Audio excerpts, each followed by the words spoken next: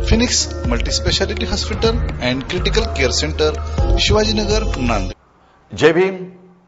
मी Vijay Nilangekar. Samyak news लाईव्हच्या या विशेष बातमीपत्रामध्ये आपलं स्वागत करतो. पाहूयात आजच्या सम्यक घडामोडी. तर काही प्रतिक्रिया एक भविष्यवेत्या मकर राशीचं भविष्य सांगत होत्या. मला काही फारसा विश्वास नसतो या गोष्टीवरती. त्या म्हणाल्या की खूप भयानक घटना घटेल या महिन्यामध्ये. म्हणजे आता काय भयानक घटना घटेल. माझ्या डोळ्यासमोर मोठे साहेब उभे राहिले. नाही, साहेबांची तब्येत तर छान आहे. म्हणजे असं कल्पनातीत गोष्ट घडली. म्हणजे अजित सारखा नेता अशा पद्धतीने जाईल असं मला कधीच वाटलं नव्हतं. किती लॉंग आयुष्य आहे असं वाटायचं याला. आणि लहान किती, माझ्यापेक्षा तर 15-16 वर्षांनी लहान होता. आता 77 आहे, तो 60-62 असेल मला. लहानाचं मोठं होताना आम्ही पाहिल्यामुळं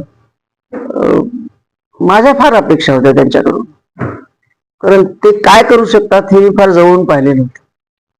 एवढा निर्भीडपणाचा, निर्भीड विचाराचा, भाडबीड न ठेवता काम करणारा माणूस मी माझ्या राजकीय जीवनामध्ये अंतुलेच्या नंतर अजितच बघितला.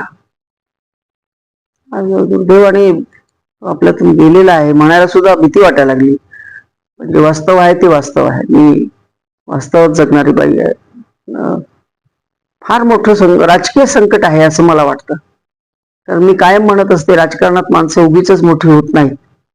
राजकारणात माणसं घडवावी लागतात. आपण माणसं घडवत नाही, त्रुटी होतो. आपल्याकडे माणसं घडवण्याची ऐवजी तोडवण्याची जास्त पद्धत आहे. त्यामुळे चांगले नेते तुम्हाला कुठे दिसतात? दिसतच नाही, अभावाने दिसतात. आणि त्या अभावाने सुद्धा वनवासात असतात. ते तुमच्याकडे नेत्याची संकल्पना अशी आहे की तो असं काहीतरी बोलणारा, असं काहीतरी स्टेटमेंट देणारा, काम केलं नाही तरी चालेल, स्टेटमेंट देणारा पाहिजे. आणि कामाची परंपरा असणारं नेतृत्व इथं उभं राहू दिलं गेलं नाही. मला शरद पवार म्हणाले की तू माझी आहेस, त्याची किती सजा मिळालेली आहे मला माहित आहे. म्हणजे नाही साहेब, काय सजा बिजा नाही मिळाली, तू काय सांगते मला. तुला किती त्रास झाला हे मला माहित आहे, तरी त्यातून तू टिकून निघालीस. आता संपलं म्हणे, आता तुला कोणी त्रास देऊ शकत नाही. म्हणजे साहेबांचं एवढं बारीक लक्ष असायचं आमच्याकडे. अजित तर माझ्याशी ताईशिवाय कधी काही बोलला नाही, काहीच नाही. आणि मी तर अरेकार्याने बोलणारी मला वाटते पवार साहेबांच्या नंतर मी एकटीच होते. पण मग नंतर मी सुद्धा नंतर अरेकार्य बोलणं बंद केलं. म्हणलं नाही, आता अजित मोठा झाला, पण अजित दादा म्हणायला पाहिजे. मी दादा म्हणायला सुरुवात केली. एकदा म्हणाले सुद्धा मला, तुम्ही कशासाठी मला दादा म्हणता? अरे म्हणजे लाडाने म्हणतो आपण, दादा, बाळा, घरातली नावं असतात. मी असं त्यांना जाणवू दिलं नाही की तुमच्या मोठेपणामुळे म्हणते. फार स्वच्छ मनाचा माणूस होता, अतिशय स्वच्छ मनाचा. आणि करायचं म्हणजे करायचं, दुसरा शब्दच त्यांच्याकडे नव्हता. त्याच्या मनात एकदा आलं की मग ते कोणी थांबवू शकत. इव्हन पवार साहेब सुद्धा थांबवू शकत नव्हते त्याला. आणि मला तर असं वाटतं की तो त्या घराण्याचा आधारस्तंभ बनला होता. आता अजित शिवाय बारामती विचार सुद्धा करू शकत नाही कोणी, साहेब सुद्धा करू शकणार नाही. कारण साहेब स्वतः बारामतीत राहत नव्हते, हा राहत होता. पुण्यात राहायचा, बारामतीला जायचा, पुण्यात राहायचा, बारामतीला जायचा. साहेब दिल्लीत राहायचे. साहेबांची सुद्धा खूप कठीण परिस्थिती झाली असेल. त्याच्या पत्नीचं तर काही विचारायलाच नको. म्हणजे आणि मुख्य म्हणजे प्रतिभावानी त्याला स्वतःचा मुलगा मानत होता. खूपच म्हणजे त्या घराचा खरा तो आधारस्तंभ बनला होता. मला सांगा, शरद पवारांच्या उपस्थितीमध्ये त्या घराचा आधारस्तंभ बनणं किती अवघड काम आहे, पण तो झाला होता. आणि महाराष्ट्राच्या राजकारणाचं अपरिमित नुकसान झालेलं आहे. आता ठीक आहे, काळ कोणासाठी थांबत नसतो. वेगवेगळे नेते येतात, नवीन नवीन माणसं येतात, जागा भरून काढतात. पण मला वाटत नाही अजितची जागा एवढ्या लवकर भरून निघेल. काय अधिकाऱ्यांवर धाक होता त्याचा, प्रचंड धाक, प्रचंड धाक. अजित पवार मिटिंगला आहेत म्हटलं तर कपडे सावरीत येत होते अधिकारी, माझ्या डोळ्याने पाहिलेला आहे. त्यानंतर माझा धाक होता, पण मला राज्यस्तरावर काम करता आलं नाही, तेव्हा माझा धाक मला दाखवता आला नाही. पण आजही अधिकारी घाबरतात. म्हणजे माझ्यासमोर साधारणतः खोटं बोलण्याची ताकद नाही कोणाची. पण अजितने स्वतःची सत्ता लोकांसाठी वापरली, स्वतःसाठी नाही.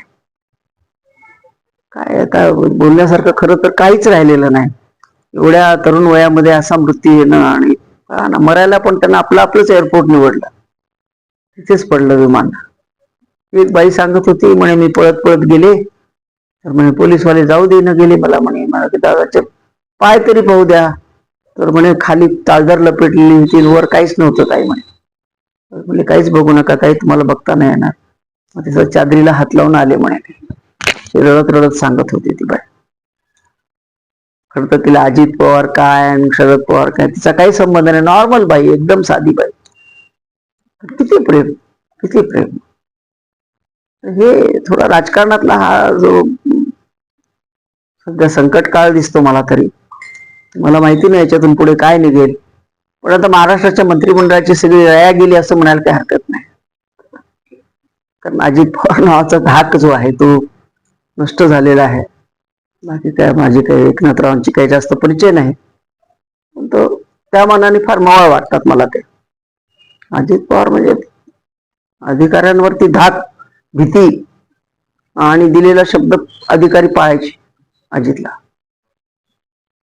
तसं सध्या दिसत नाही. आता ते त्याला माणूस थोडासा फिरतो, पण खरंच खूप मोठं संकट आहे राजकारणात. एक तर मुळातच चांगली माणसं राहिलेली नाहीत, चांगली अर्थाने की ज्यांच्या शब्दावरती लोक विश्वास ठेवतील किंवा अधिकारी त्याला पूर्ण करतील. आता नियर फ्युचर मध्ये तर मला कोणी दिसत नाही. बघूया काय होईल ते. खूप दुःखद घटना आहे. खूप, नॉट ओनली पवार फॅमिली, अख्ख्या महाराष्ट्रामध्ये त्याच्यावर प्रेम करणारी असंख्य माणसं आहेत.